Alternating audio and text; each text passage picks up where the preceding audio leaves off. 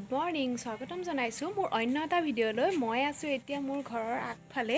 আৰু এতিয়ালৈকে মই ৰাতিপুৱাৰ পৰা ভিডিঅ'টো ষ্টাৰ্ট কৰিব আজি নোৱাৰিলোঁ কাৰণ মই ৰাতিপুৱা অকণমান কাম কৰি আছিলোঁ আৰু জানেই আৰু ছোৱালী মানুহৰ কি কাম থাকে ৰাতিপুৱা বহুতেই কাম থাকে সাৰা মচা এইবোৰেই কাম কৰি আছিলোঁ আৰু ভাবিলোঁ ভিডিঅ'টো ষ্টাৰ্ট কৰোঁ এতিয়া সময় হৈছে ৰাতিপুৱা 10:30 আৰু মই এতিয়া 10:30লৈকে মই গা পা হোৱাই নাই মই গা ধুমহে আৰু ভাবিলোঁ আপোনালোকক মই গা ধোৱাৰ আগত মই অকণমান ফ্ৰেছ হৈ আহোঁ আৰু ভাবিলোঁ আপোনালোকক মই আইতাহঁতৰ মানে মোৰ দেউতাৰ পুৰণা ঘৰখন আমাৰ কাষতে হয় আপোনালোকক মই ঘৰখন দেখুৱাইছোঁ আপোনালোকে আমাৰ পুৰণা ঘৰখন চাওক আৰু মই অকণমান আপোনালোকক যিহেতু আমাৰ পিছফালেও পৰে আগফালেও পৰে আইতাহঁতৰ ঘৰখন মই আপোনালোকক দেখাই আছোঁ গৈ আছোঁ নাহাঁহিব এই 10:30লৈকে মই গা ধোৱা নাই ছোৱালী মানুহ কিন্তু আজিহে মোৰ অকণমান দেৰি হৈছে গা ধোৱা সেইটো কাৰণে ভাবিলোঁ মই আপোনালোকক আইতাহঁতৰ ঘৰখন দেখাওঁ আপোনালোকে চাওক মই আপোনালোকক বেক কেমেৰা কৰি দিছোঁ এইখনেই আমাৰ আইতাহঁতৰ পুৰণা ঘৰখন মানে আমাৰ মৰমৰ ঘৰখন আছিল য'ত আমি সৰুৰ পৰা ডাঙৰ হৈছিলোঁ আমাৰ ঘৰখন বনোৱাৰ আগতে একে সৰুজন খুৰা শিৱসাগৰত থাকে ONGCত কৰে আৰু মাজুজন খুৰা ঘৰৰ ওচৰতে থাকে তেখেতসকলেও বেলেগকৈ ঘৰ বনালে আৰু আমিও বেলেগকৈ ঘৰ বনালোঁ আৰু পেহীহঁতটো নিজৰ জেগাত ছেটেল হ'ল মানে বিয়া হ'ল আৰু ভাবিলোঁ কি আপোনালোকক এই মৰমৰ ঘৰখন দেখাওঁ এইখন ঘৰত এতিয়া দুৰ্ভাগ্যবশতঃ কোনোৱেই নাথাকে থাকিব লগা নহ'ল চবেই নিজৰ জেগাত ছেটেল হ'ল মানে বেয়া লাগে এটা কাৰণে এজন ল'ৰাও যদি এই ঘৰখনত থাকিল হয় বহুতেই ভাল লাগিলহেঁতেন কিন্তু নিজৰ জেগাত বনাই ল'লে সেইটো কাৰণে ইয়াত কোনো থাকিব লগা নহ'ল বহুতেই ভাল লাগিছিল সেই সময়বিলাক যে বহুত মিছ কৰোঁ যি এইখন ঘৰত আমি সৰুৰ পৰা ডাঙৰ হৈছিলোঁ কাকা আইতাৰ কোলাত উমলি আৰু এই ঘৰখনত যে থাকে মই আইতাহঁতৰ ঘৰৰ এতিয়া বেক চাইডেই আছোঁ মই আপোনালোকক গা ধোৱাৰ আগত মই ভাবিলোঁ কথাখিনি আপোনালোকে চাই থাকক আৰু তেখেতসকলৰ মুখে শুনক ময়ো ফ্ৰেছ হৈ আহোঁ আৰু আপোনালোকে এই বস্তুখিনি নহয় এই কথাখিনি তেওঁলোকৰ মুখে শুনক এই ঘৰখনত কোন থাকে আৰু কিয় থাকে কিমান দিন হ'ল আৰু যোন থাকে তেখেতসকলৰ মুখে শুনক ঠিক আছে কওক আপুনি ইয়াত কিমান দিন হ'ল থকা কৈ দিয়ক আজি মই দুবছৰমান হ'ল থকা ঘৰখনত বহুত মৰম চেনেহ পায় আছোঁ বহুত দিন তেনেকেই থাকি এতিয়া খেতি বাতি কৰি ঘৰখনৰ লগত ধুনীয়াকৈ মিলিজুলি কৰি খাই আছোঁ আৰু ঘৰখনৰ মৰম চেনেহ দিয়ে আৰু সিহঁতৰো মৰম চেনেহ পাওঁ টাউন চলি আছোঁ আৰু মানে আপুনি আপোনাৰ ঘৰ সংসাৰ কোন আছে আপোনাৰ মোৰ সংসাৰ ঘৰ মোৰ মাইকীজনী আৰু তিনিটা পৰিয়াল এতিয়া বৌয়ে ক'ব ইয়াত মানে কিমান দিন হ'ল থকা কি কথা গোটেইখিনি ধুনীয়াকৈ কৈ দিয়ক 2 বছৰ হ'ল থকা মৰম চেনেহ বহুতখিনি পাইছোঁ এতিয়া সেয়া আৰু তেনেকৈ খাই মেলি আছোঁ খাৰঠি হৈ থাকোঁ আৰু তেওঁলোক এই ঘৰখন মানে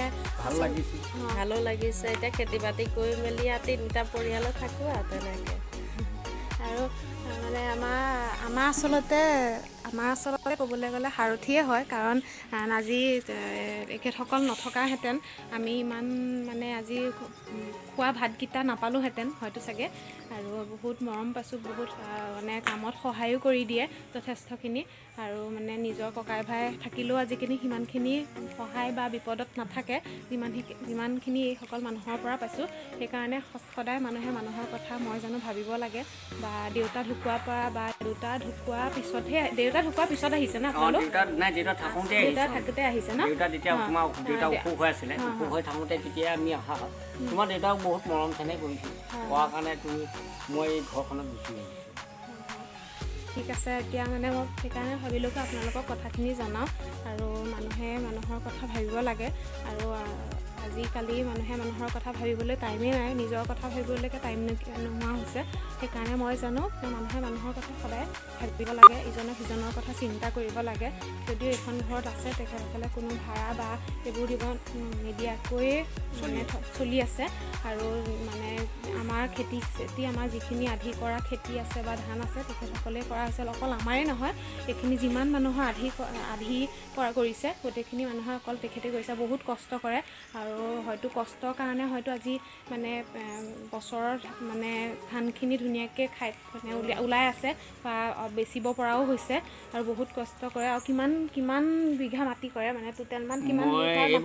এইবছৰ কৰে? 9 বিঘা কৰিলোঁ। আগতে 21 বিঘা 22 বিঘা কৰোঁ। অকল ধানেই নকৰে কিন্তু এতিয়া সৰিয়হ তোমাৰ 5 বিঘা কৰিছোঁ। সৰিয়হ কিন্তু ভাল হৈছে, সৰিয়হ ধুনীয়া সৰিয়হ হৈছে। আগতে আমি বেলেগক আধি দিয়া হৈছিলে যদিও মানে ধান ইমান নাপাওঁৱেই, কিন্তু এখেতক দিয়াৰ পৰা মানে যথেষ্টখিনি ধানো পাওঁ বা মানে জোখতকৈ কেইটামান বেছিকৈ পোৱা বুলি ক'লেও ভুল নহ'ব। আৰু সঁচাকৈ